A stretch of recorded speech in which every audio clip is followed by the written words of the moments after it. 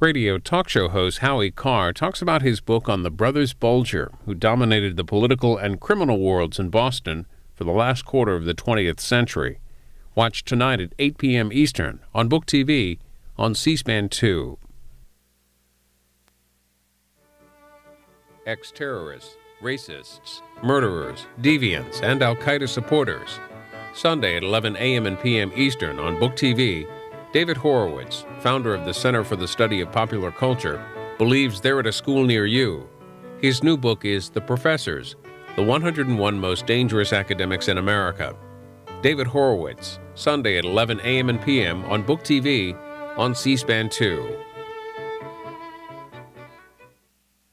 Asma Hassan, why did you decide to write Why I Am a Muslim?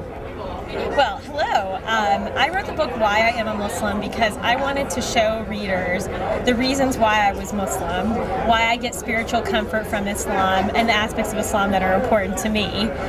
Basically, the book is 7 chapters, each with a reason why I'm Muslim. I literally start each chapter because XYZ and give the reason. The first reason a lot of people tell me is sort of a invalid reason. I say because I was born Muslim. But to me it's not invalid in the sense that I was born into a Muslim family, I was raised Muslim, and I think what you were raised plays a big role in how you look at the rest of your life. I like to say the other chapters, 2 through 7, are why I'm still Muslim.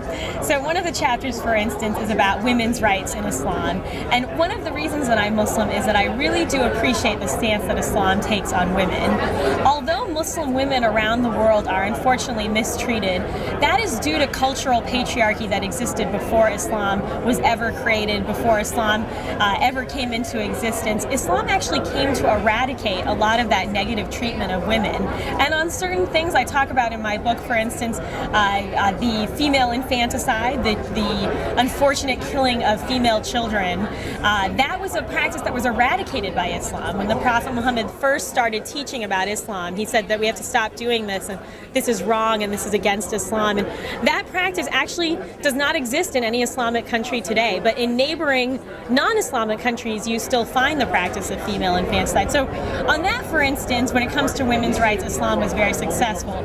There's other things that, of course, as Muslims, we're still struggling to improve on, but that's just one example of where we've done a good job, and I believe credit is due. I also have a chapter about Sufism, the mystical branch of Islam, and that's one of the reasons why I'm Muslim.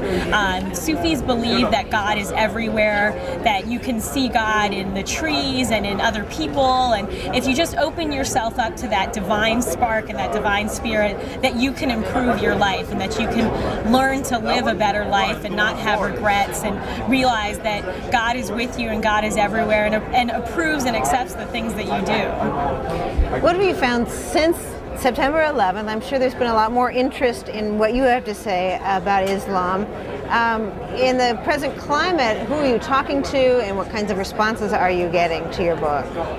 Yes, definitely since 9/11, more people have been interested in learning about Islam and especially about American Muslims. And for someone like me, I was writing about American Muslims before 9/11, and it was sort of difficult to get people interested because people said, what is that?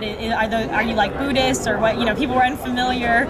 And then since 9/11, there's been this huge learning curve that the average American has gone from knowing very little about Islam to being very aware of Islam. And actually, for the most part, it's been very gratifying. People have really been interested and really wanted to learn, really wanted to know, what does Islam stand for? Why is it that it seems like we're fighting with Muslims everywhere? And it's really given me a chance to tell people, Islam is not a political thing itself.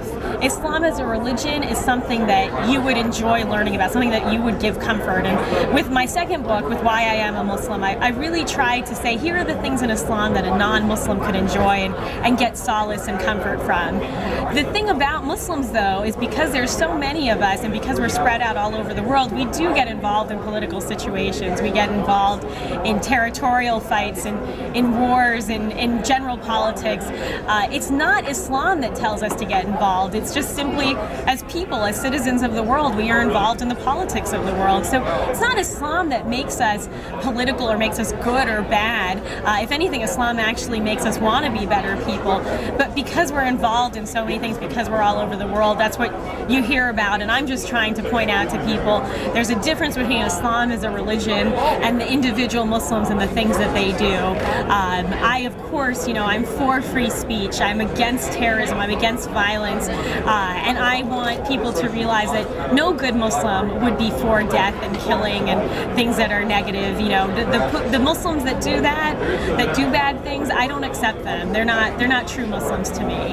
Do you find any generational differences when you talk to people from your generation versus when you talk to people from your parents' generation? Definitely people from my parents' generation, I would say the immigrant generation of Muslims that came to America, they're very appreciative of the United States. They know what they gave up to come here. They realize that in their own country they didn't have certain freedoms. They weren't able to vote. Politics were corrupt. They weren't able to own land free and clear in their own name. There weren't any property rights. So my parents' generation, I think, tends to be much more conservative and much more appreciative of American culture and American politics. My generation that grew